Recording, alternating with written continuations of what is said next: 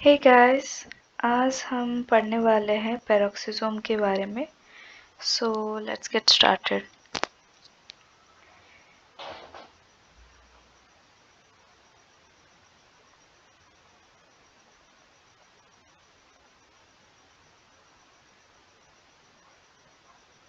तो ये जो पेरोक्सिसोम होता है, ये एक सिंगल मेम्ब्रेन बाउंड ऑर्गेनल होता है जो कि बहुत ही इम्पोर्टेंट रोल प्ले करता है बोथ एनिमल एंड प्लांट्स में।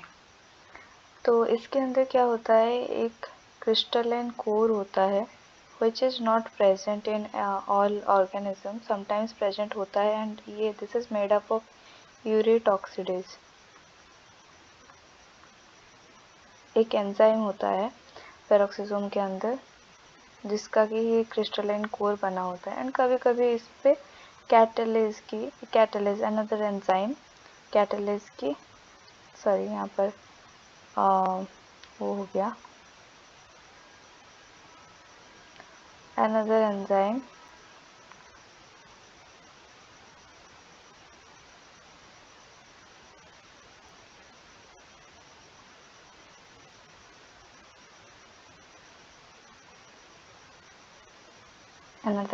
जो होता है कैटालिस्ट उसका बना होता है। तो ये जो सिंगल मेम्ब्रेन बाउंड स्ट्रक्चर होता है, लिपिड बाइलेयर होता है सिंगल मेम्ब्रेन। सो इसके अंदर भी बहुत सारे पेरोक्सिसोमल मेम्ब्रेन प्रोटीन्स प्रेजेंट होते हैं जो कि हम पढ़ेंगे कैसे इनका इंपोर्ट होता है। ठीक है, तो यहाँ पर पेरोक्सिसोम जो होता है, दिस एक्चुअली पेरोक्सिसोम जो है ये word this comes from its major function, that is the peroxide ions। peroxide ions जो होते हैं उनका क्या होता है, पेरोक्साइड जो H2O2 होता है, H2O2 जो होता है उनका क्या होता है, उनका फॉर्मेशन भी होता है एंड उनका डिग्रेडेशन भी होता है पेरोक्सिसोम में। तो इससे से ही ये जो पेरोक्सिसोम का नाम बना है। तो ये जो H2O2 होता है, ये this is a type of reactive oxygen species. ठीक है, रिएक्टिव ऑक्सीजन स्पीसीज क्यों, ये जो होता है ये क्या करता है, ये जाकर हमारे डीएनए जो होता है ना, let's say this is our DNA. तो ये जो डीएनए होता है, डीएनए के किसी भी सेक्शन को, कोई भी न्यूक्लियोटाइड को ये म्यूटेट कर देगा। तो इसको म्यूटेशन कर डीएनए की म्यूटेशन भी कर सकता है, एंड ये जाकर हमारा जो मेम्ब्रेन होता है, लिपिड बाइलेयर होती है, लिपिड बाइलेयर की मेम्ब्रेन को ये क्या करता है, डिस्टर्ब करता है, उसका इंटीग्रिटी को डिस्टर्ब करने की वजह से, मतलब एक मेम्ब्रेन की जो क्या होता है, सॉरी मैं यहाँ पर उल्टा बना रही हूँ, नॉन पोलर पोर्शन कैसे रह सकता है, बाहर की तरफ नहीं रह सकता। तो ये जो मेम्ब्रेन होती है, इसका जो पोलर हेड होता है उसको जाकर अटैक करता है, एंड दिस मतलब जो अनस्टेबल जो यहाँ पर होता है इलेक्ट्रॉन, ये जाकर दूसरे ट्रांसफ़र हो जाता है, एंड फिर तीसरे में ऐसे ही ट्रांसफ़र होता रहता है, एंड वो मेम्ब्रेन की इंटीग्रिटी को बिगाड़ देता है। तो ऐसे बहुत सारे आरओएस होते हैं जो कि पेरोक्सिसोम में क्या होते हैं, मैनेज होते हैं।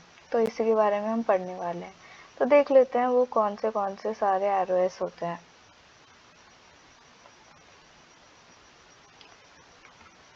तो हम अगर यहाँ पर एक आरओएस का टेबल बना लें, यहाँ पर आरओएस और वो कौन से रिएक्शन में इन्वॉल्व होते हैं, एंड उनको फॉर्मेशन कैसे होता है, तो कौन से ऐसे एंजाइम्स होते हैं जो उनको फॉर्म करते हैं, एंड कौन उनका कैटालिसिस करते हैं। तो ये अगर हम एक टेबल के फॉर्म में बना ले तो हमें पढ़ने में इजी होगा। ठीक है, तो सबसे पहला जो है वो तो हमने अभी वो बताया, that is H2O2। And H2O2 कैसे फॉर्म होता है, H2O2 फॉर्म होता है जो सुपर ऑक्साइड एनायन होता है ना, तो उसके साथ जब H2 मिलता है तो फॉर्म होता है H2O2। ठीक है, ये बैलेंस नहीं है अभी। यहाँ पर एक इंटरमीडिएट भी फॉर्म होता है, उसके बाद H2O2 फॉर्म होता है। तो इसका फॉर्मेशन बहुत सारे एंजाइम्स करते हैं, जैसे कि हमने अभी बात किया था यूरेट ऑक्सीडेज। सारे ऑक्सीडेज एंजाइम्स जो होते हैं वेरियस मेटाबॉलिक पाथवे के थ्रू जो यूज होते हैं, वो सारे ये H2O2 का फॉर्मेशन करते हैं। तो यूरेट ऑक्सीडेज हो गया, या फिर हमारा जो बीटा ऑक्सीडेशन में आता है एसिटिल कोएंजाइम ए ऑक्सीडेज, ये very long chain fatty acid की जो भी ब्रेक डाउन होती है उसमें काम में आता है। उसके बाद होता है जैंथिन ऑक्सीडेज, जैंथिन ऑक्सीडेज होता है। एंड उसके बाद होता है और भी बहुत सारे होते हैं, जैसे कि पॉलीएमीन ऑक्सीडेज, पॉलीएमीन ऑक्सीडेज शॉर्ट में लिखते हैं। उसके बाद एल हाइड्रोक्सी एसिड ऑक्सीडेज होता है। एंड उसके बाद होता है हमारा sarcosine oxidase, sarcosine. And also होता है पाइपेकोलिक एसिड ऑक्सीडेज।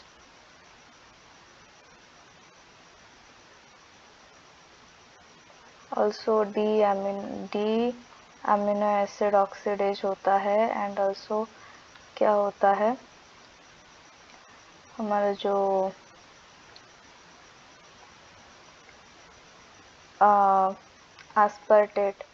आस्पर्टेट ऑक्सीडेज भी होता है। ठीक है, तो ये सारे हैं,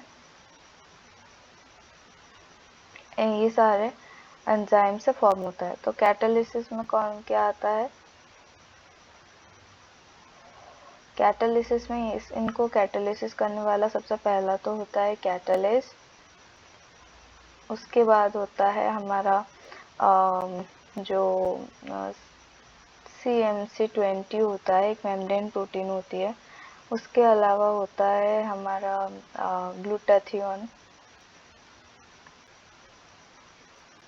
ग्लूटाथियोन ऑक्सीडेज होता है। एंड उसके अलावा और भी होता है हमारा जो पेरोक्सी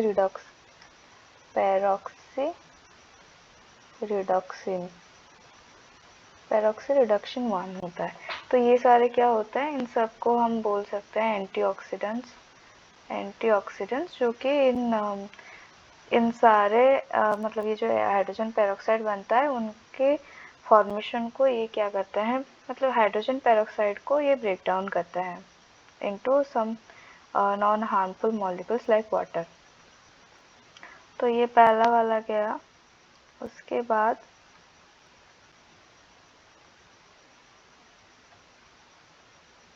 नेक्स्ट हम दूसरा एक पढ़ लेते हैं। उसके बाद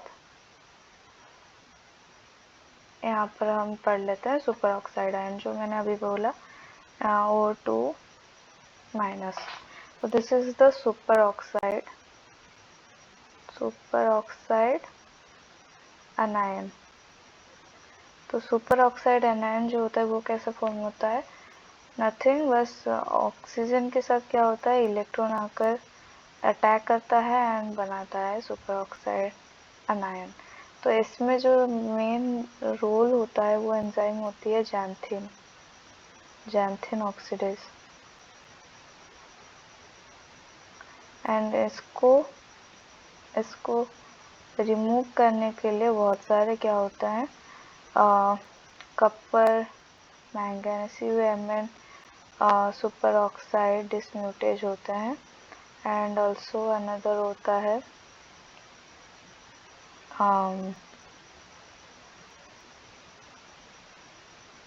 व्हाटएवर, ये बहुत सारे होते हैं।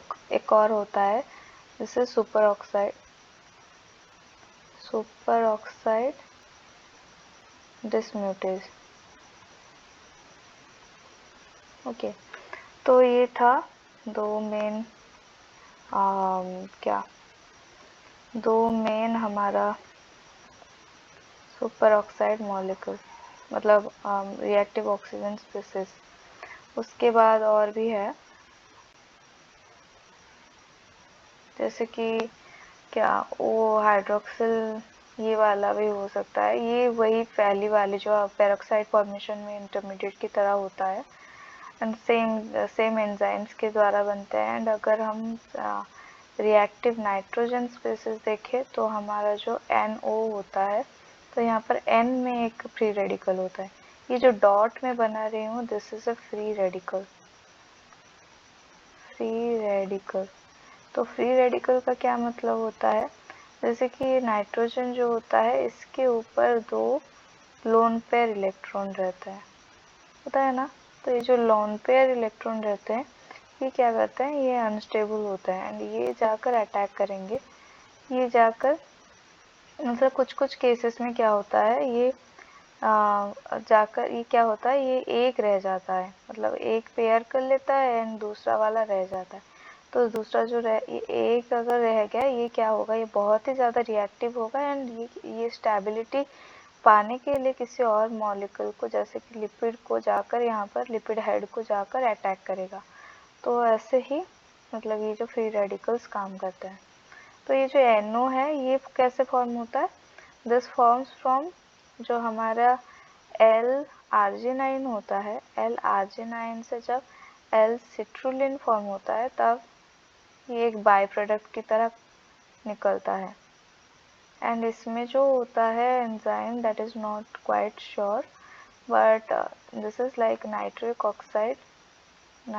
ऑक्साइड सिंथेज, एक sorry, I am so sorry, this is जो ये जो होता है ना, ये नाइट्रिक ऑक्साइड सिंथेज से बनता है, पर जो क्या होता है, मतलब जो डिग्रेड करता है वो उतना ज़्यादा कंफर्म नहीं है, पर फिर भी दिस इज लाइक xanthine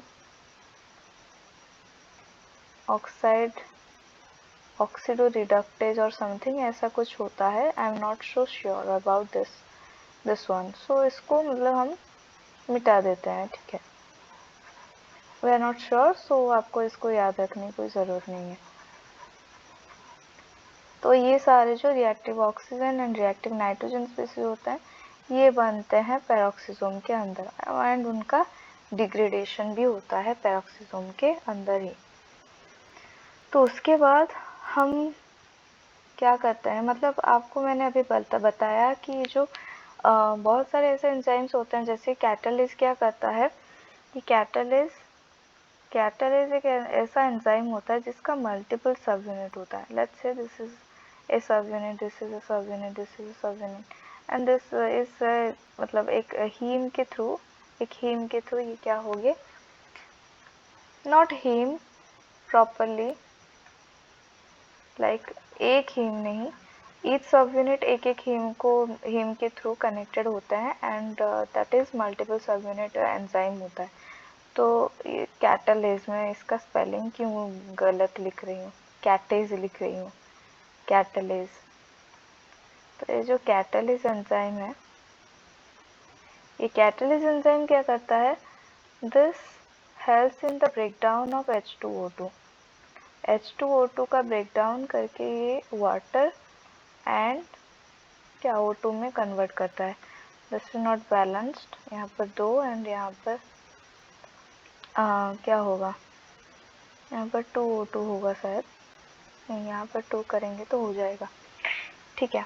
तो ये कैटालिस्ट क्या करता है, H2O2 को वाटर एंड ऑक्सीजन में कन्वर्ट करता है। उसके अलावा क्या होता है, उसके अलावा ये जो H2O2 होता है, this also acts as a catalyst. तो ये कैसे कैटालिस्ट करता है, जो हमारे लीवर्स होते हैं ना, जो हमारा लीवर होता है, पता नहीं ये लीवर की तरह बना भी या नहीं, पर ये जो लीवर होता है या फिर हमारे जो किडनीज होते हैं, तो ये जो किडनी और लिवर होता है इनमें क्या होता है, पेरोक्सिसोम का मात्रा बहुत ज़्यादा होता है, पेरोक्सिसोम बहुत ज़्यादा क्वांटिटी में होते हैं, क्योंकि इन जो ये 2 ऑर्गन में, ये लेट्स से लिवर है, लिख देती हूँ अदरवाइज़ आपको पता नहीं चलेगा, और ये किडनी है। तो ये जो ऑर्गेनल्स हैं इसमें बहुत ज़्यादा में, मतलब क्या होता है, इनका 1 to 2% मास बनाता है पेरोक्सिसोम। तो पेरोक्सिसोम इनमें 1 to 2% मास में प्रेजेंट होता है। तो ये जो पेरोक्सिसोम यहाँ पर प्रेजेंट होता है, इसका क्या फंक्शन होता है, ये डिटॉक्सिफिकेशन करता है। लिवर एंड किडनी में ये डिटॉक्सिफिकेशन करता है। What do you mean by detoxification? Detoxification का मीनिंग होता है, जैसे कि हमें पता है कि हम अगर कोई अल्कोहलिक सब्सटेंस खाते हैं, पीते हैं, तो ये क्या होता है, बहुत ही हार्मफुल होता है हमारे बॉडी के लिए। तो ये क्या करते हैं, ये जो अल्कोहल होता है,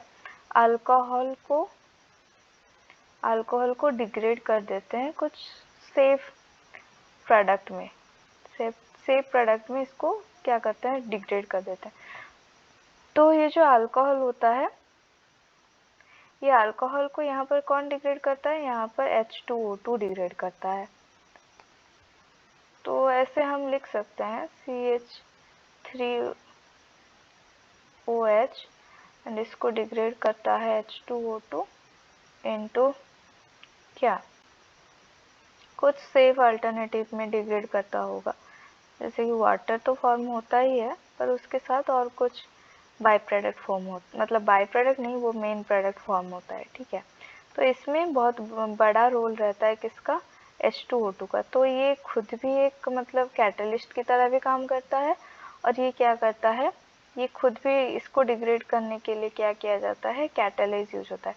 तो बेसिकली अल्कोहल के केस में क्या होता है, ये जो अल्कोहल होता है, ये अल्कोहल H2O2 के साथ मतलब रिएक्ट करता है एंड इट फॉर्म्स मतलब सेफ प्रोडक्ट, कोई एक सेफ प्रोडक्ट फॉर्म होता है एंड उसके साथ वाटर फॉर्म होता है। तो ये क्या होता है, ये इसके साथ रिएक्ट करता है एंड एक कुछ सेफ प्रोडक्ट जैसा बना लेता है एंड वाटर में कन्वर्ट हो जाता है, ठीक है। तो ऐसे ही इसका रिएक्शन होता है। अब समझ लेते हैं कि पेरोक्सिसोम में जो प्रोटीन्स होते हैं वो कैसे टारगेटिंग की जाती है, ठीक है।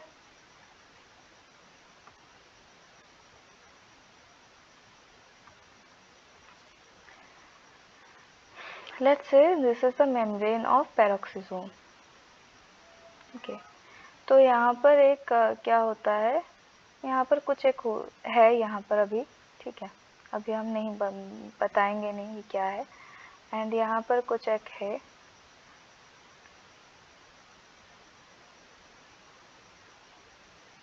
और बहुत सारे अदर प्रोटीन्स भी हैं यहाँ पर, ठीक है।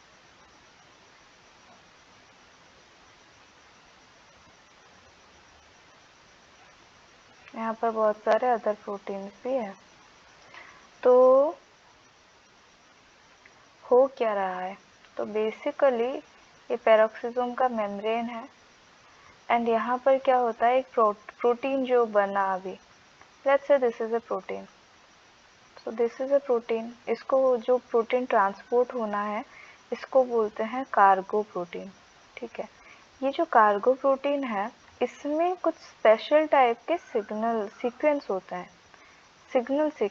है, जिससे कि पता चलता है कि ये पेरोक्सिसोम में टारगेट होने वाला है, पेरोक्सिसोम टारगेटिंग।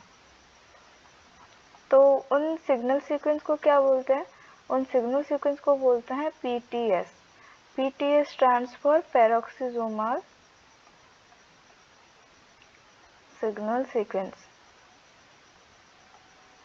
ओके।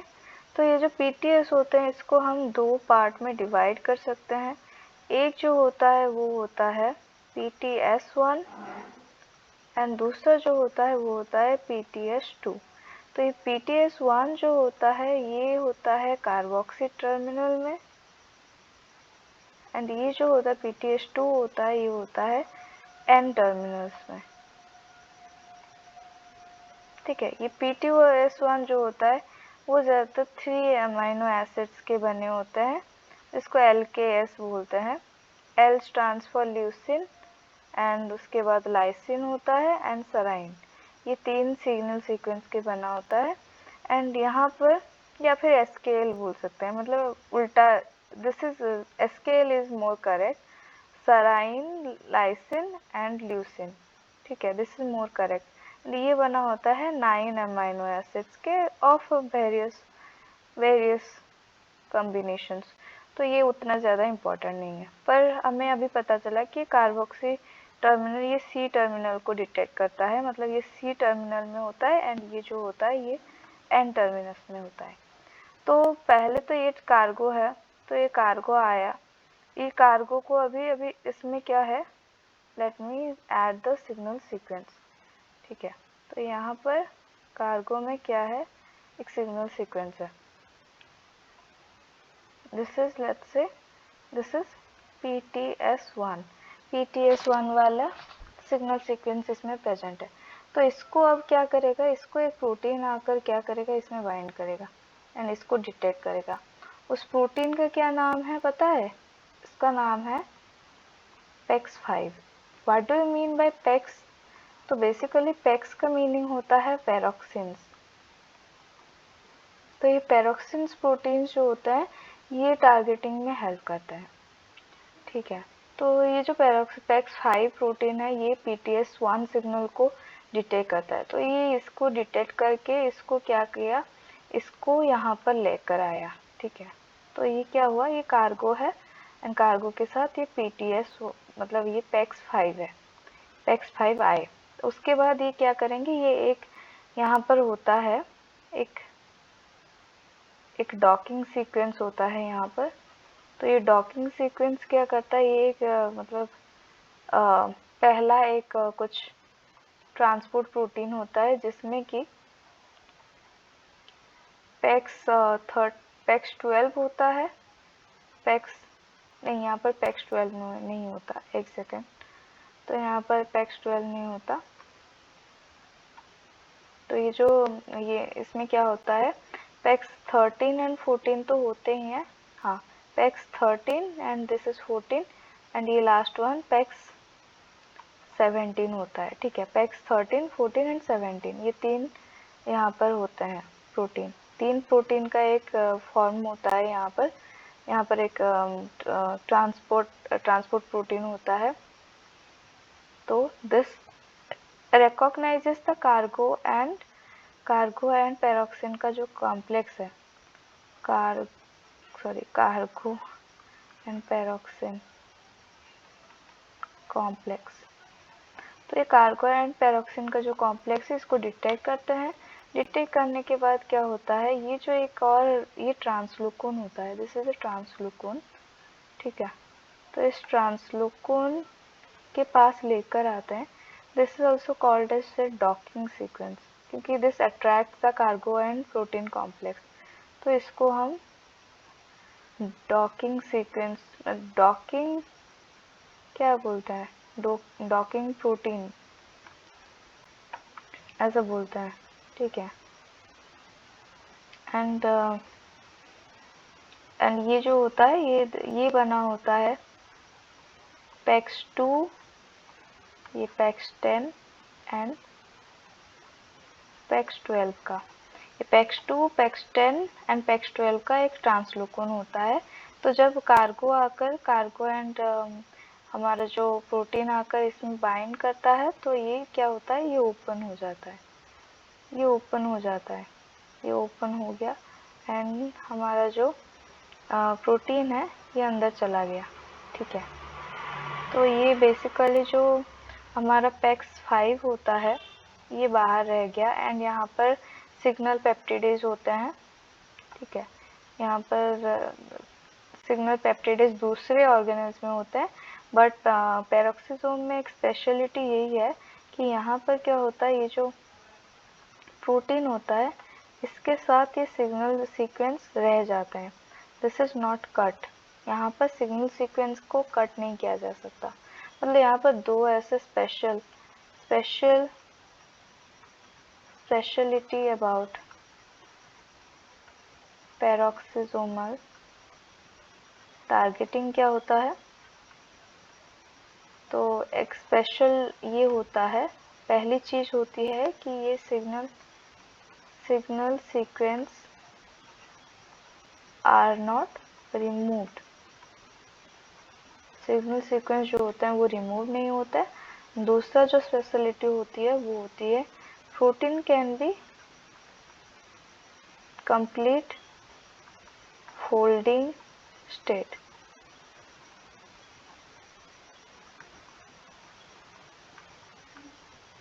तो ये कंप्लीट फोल्डिंग स्टेट में भी प्रोटीन आकर यहाँ पर रह सकता है, मतलब अंदर आ सकता है पेरोक्सिसोम के केस में।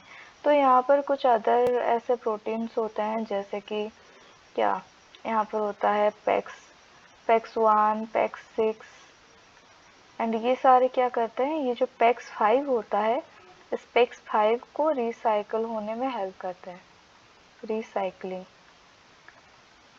ठीक है, तो ये उसके बाद क्या करता है, ये उसके बाद अगेन जाकर कार्गो को डिटेक्ट करता है। ठीक है, तो उसी तरह इन द सिमिलर वे क्या होता है, sorry, in the similar way ये जो हमारा क्या होता है, PEX7 जो होता है, ये क्या करता है, दिस डिटेक्ट्स PTH2 सिग्नल को। PTH2 जो सिग्नल होता है उसको PEX7 डिटेक्ट करता है। ठीक है, और बाकी का प्रोसेस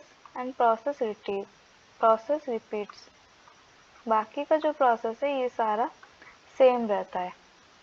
इन केस ऑफ क्या होता है, मेम्ब्रेन प्रोटीन जो होते हैं वो सबसे पहले आकर पेरोक्सिसोम में एंटर करेंगे, एंड उसके बाद ही जाकर ये सारे क्या हो पाएंगे, ये सारे प्रोटीन्स का ट्रांसपोर्ट हो पाएगा।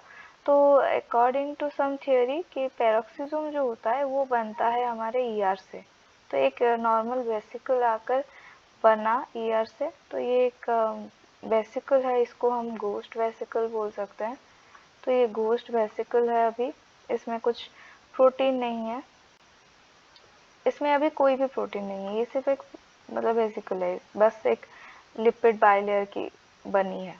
ठीक है, ये गोस्ट वेसिकल में पहले क्या होता है, पहले आकर मेम्ब्रेन प्रोटीन्स आकर इसके अंदर एंट्री करते हैं।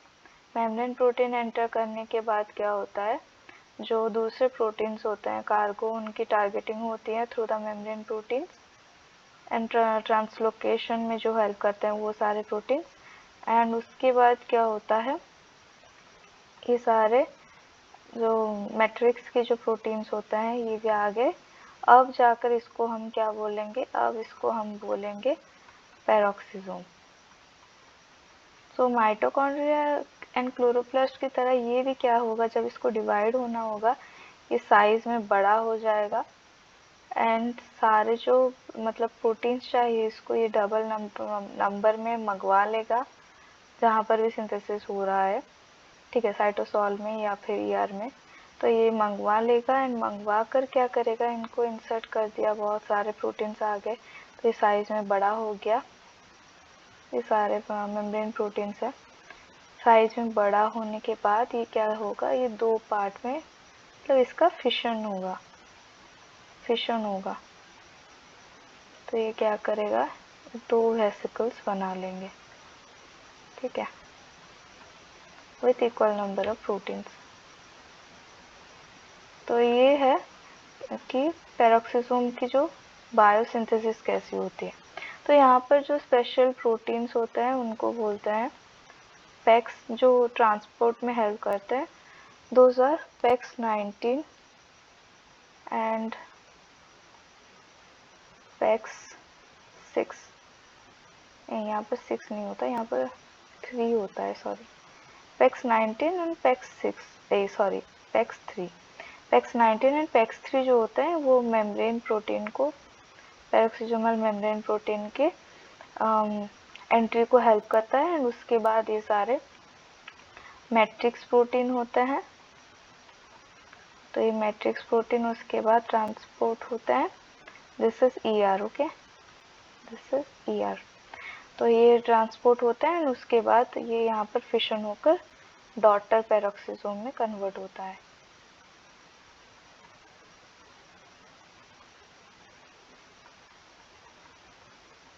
Very interesting, isn't it? तो अगर हम पहले स्लाइड को फिर से चले जाएं, तो हमने यहाँ पर छोड़ दिया था कि ये जो अंदर की पार्ट होती है पेरोक्सिसोम की, इस अंदर की पार्ट को बोलते हैं matrix. Just similar to mitochondria, इसको मैट्रिक्स बोलते हैं। तो इसको जो साइंटिस्ट ने पहले देखा था, मतलब डिस्कवर किया था, इनका नाम नेमिंग किया था पेरोक्सिसोम करके, उनका नाम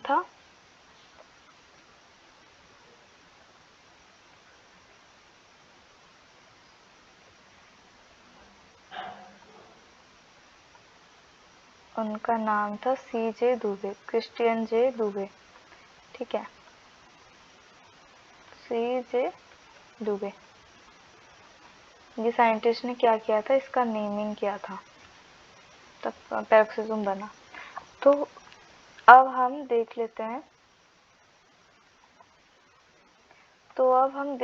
हैं कि इसका फंक्शन क्या है। तो ये जो पेरोक्सिसोम है, इसका फंक्शन देख लेते हैं। स्ट्रक्चर देख लिया, इसका ट्रांसपोर्ट देख लिया, बायोसिंथेसिस देख लिया, फंक्शन देख लेते हैं। Function of peroxisome. तो फंक्शन कैसे क्या होता है, ये जो पेरोक्सिसोम होता है, इसका सबसे पहला फंक्शन तो होता है डिटॉक्सिफिकेशन, जो हमने पहले ही बात किया, डिटॉक्सिफिकेशन। तो डिटॉक्सिफिकेशन मेनली क्या होता है, मेनली ये जो ROS रिएक्टिव ऑक्सीजन स्पीसीज होते हैं, इनका डिटॉक्सिफिकेशन होता है। जो अल्कोहलिक सब्सटेंसेस होते हैं, उसका डिटॉक्सिफिकेशन होता है। उसके बाद पेरोक्सिसोम जो होते हैं, ये क्या करते हैं, ये दूसरे जेनोबायोटिक्स जो फॉरेन सब्सटेंसेस होते हैं, ठीक है, उनका भी डिटॉक्सिफिकेशन करते हैं। उसके बाद क्या है, ये वेरी लॉन्ग चेन जो फैटी एसिड्स होते हैं, उनका भी ये क्या करते हैं, डिग्रेडेशन करते हैं। तो very long chain fatty acid को ये क्या करता है, तो ये very long chain fatty acid मतलब जो फैटी एसिड्स मोर देन क्या होते हैं 20 मोर, सॉरी मैंने यहाँ पर क्या किया पता नहीं, जो फैटी एसिड्स होते हैं मोर देन 20 कार्बन के जो फैटी एसिड्स होते हैं, फैटी एसिड्स, तो उनका ब्रेक डाउन करते हैं। ब्रेक डाउन कैसे करते हैं, ये ब्रेक डाउन करके इनको मतलब अलाउएबल रेंजेस में अलाउड, मतलब ये जो बहुत लंबे जो होते हैं फैटी एसिड्स, वो डायरेक्टली माइटोकॉन्ड्रिया के अंदर नहीं जा सकते, ठीक है। तो ये उनको उतना तक ही डिग्रेड करते हैं जब तक कि वो माइटोकॉन्ड्रिया के लिए एलिजिबल हो जाए, अलाउड फॉर माइटोकॉन्ड्रिया। तो यहाँ पर जो very long chain fatty acid का जो कंप्लीट डिग्रेडेशन किसके थ्रू होता है, बोथ, अगर ऐसा कुछ क्वेश्चन आए तो आप बोलना कि बोथ पेरोक्सिसोम के थ्रू भी होता है एंड ऑल्सो माइटोकॉन्ड्रिया के थ्रू भी होता है, बिना माइटोकॉन्ड्रिया के नहीं हो सकता, ठीक है। एंड उसके बाद थर्ड क्या होता है, थर्ड में ये क्या करते हैं, ये बहुत सारे लिपिड की कैटाबोलिज्म भी कराते हैं, लिपिड की कैटाबोलिज्म एंड ऑल्सो मतलब ओवरऑल ऐसे बोल सकते हैं कि ये लिपिड की मेटाबॉलिज्म में हेल्प करता है।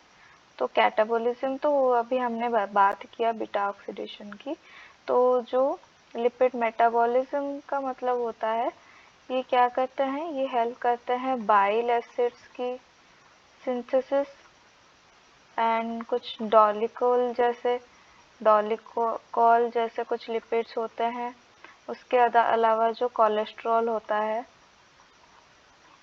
तो इनका क्या करते हैं, ये सिंथेसिस करवाते हैं, ठीक है।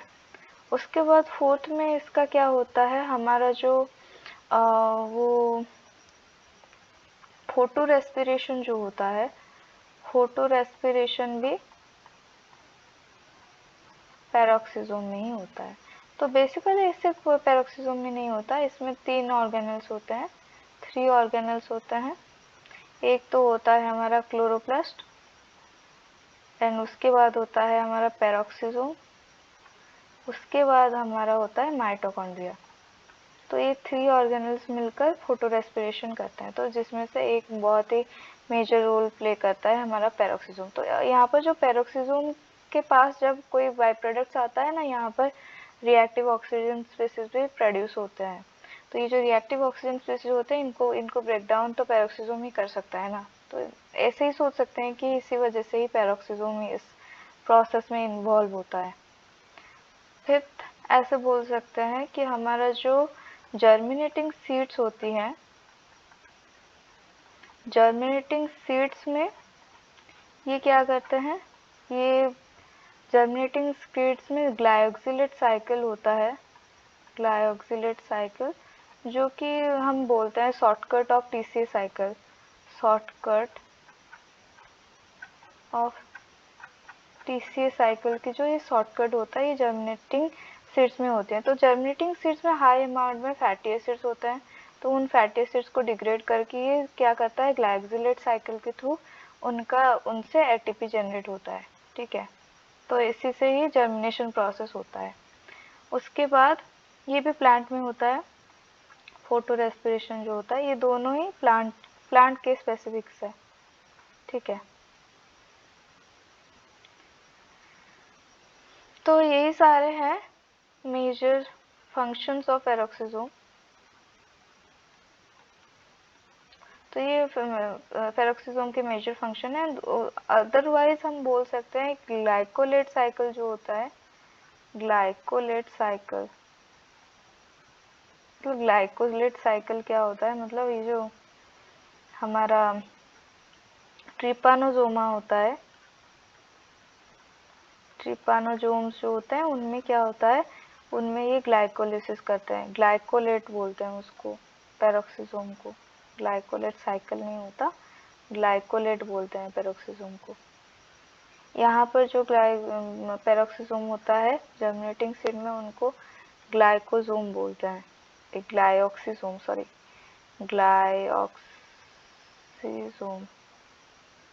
ग्लाइऑक्सीसोम बोलते हैं, एंड यहाँ पर ग्लाइकोसोम बोलते हैं।